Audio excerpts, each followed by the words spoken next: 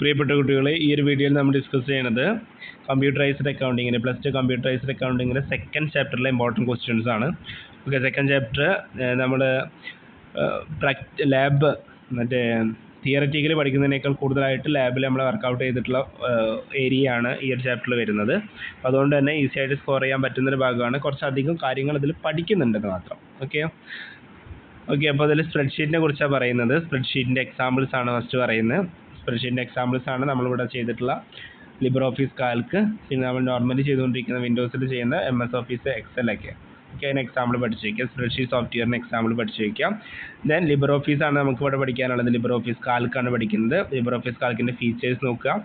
ലിബർ Office കാൽക്കിൻ്റെ features: easy calculation, what if calculation, serve as database, arranging data, dynamic chart. Okay, അത് പഠിച്ചു വയ്ക്കുക. ഏതെങ്കിലും ഒരു 3 പോയിന്റ്സ് ലിബർ ഓഫീസ് കാൽക്കിൻ്റെ ഫീച്ചേഴ്സിൽ പഠിച്ചു വയ്ക്കണം കേട്ടോ.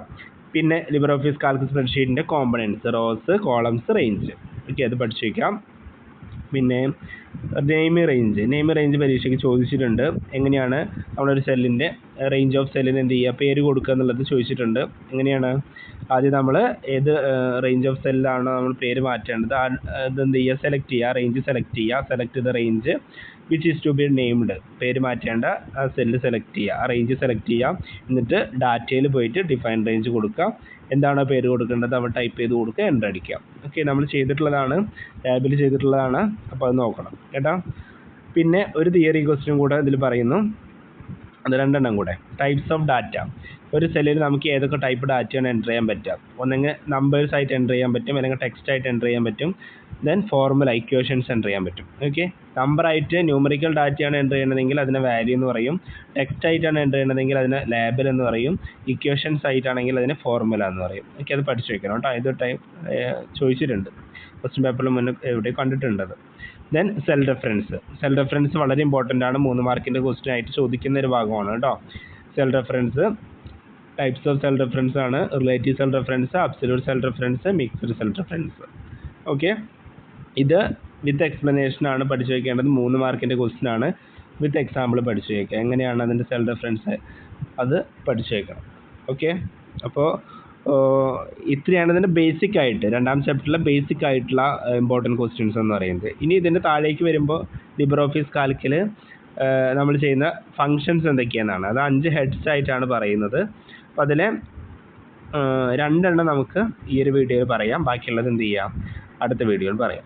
വീഡിയോ ലെങ്ത് ആക്കണ്ട. ഓക്കെ, അപ്പോൾ അതിൽ 1ാമത്തെ ഫംഗ്ഷനായിട്ട് പറയുന്നത് ഡേറ്റ് ആൻഡ് ടൈം ഫംഗ്ഷനാണ്. അപ്പോൾ നിങ്ങൾ ചെയ്യേണ്ടത് എന്താണെന്ന് വെച്ച് കഴിഞ്ഞാൽ ഈ 5 ഫംഗ്ഷൻസ് അങ്ങ് ആദ്യം പഠിച്ചു വയ്ക്കുക.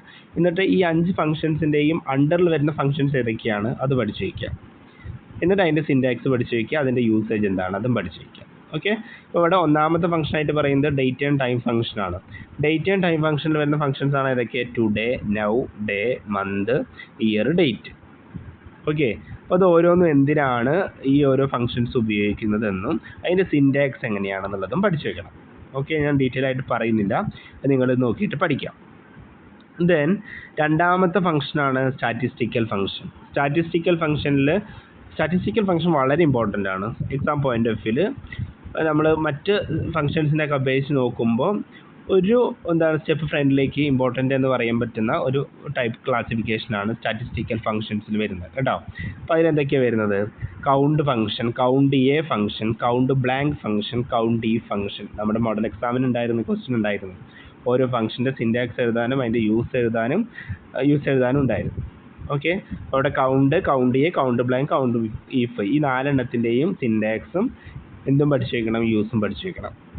ഓക്കെ, നമ്മൾ ലാബിൽ ചെയ്തിട്ടുള്ളതാണ്. എക്സാം പോയിൻ്റ് ഓഫ് വ്യൂ നമ്മൾ പ്രാക്ടിക്കൽ എക്സാമിന് നമ്മൾക്ക് ഉണ്ടായിരുന്ന ടൈപ്പ് ക്വസ്റ്റ്യൻ ആണത്. 4 ഫംഗ്ഷൻസ് ഉണ്ടായിരുന്നു. ഓക്കെ, അപ്പോൾ അതെന്താണ് അതിൻ്റെ ഓരോ ഫംഗ്ഷൻ്റെയും യൂസ് എന്നുള്ള കാര്യം കൂടെ പഠിച്ചു വയ്ക്കുക കേട്ടോ. ഇനി ബാക്കി 3 ഫംഗ്ഷൻസ് കൂടെ ഉണ്ട്, അത് നമുക്ക് നെക്സ്റ്റ് വീഡിയോയിൽ പറയാം. Okay, thank you.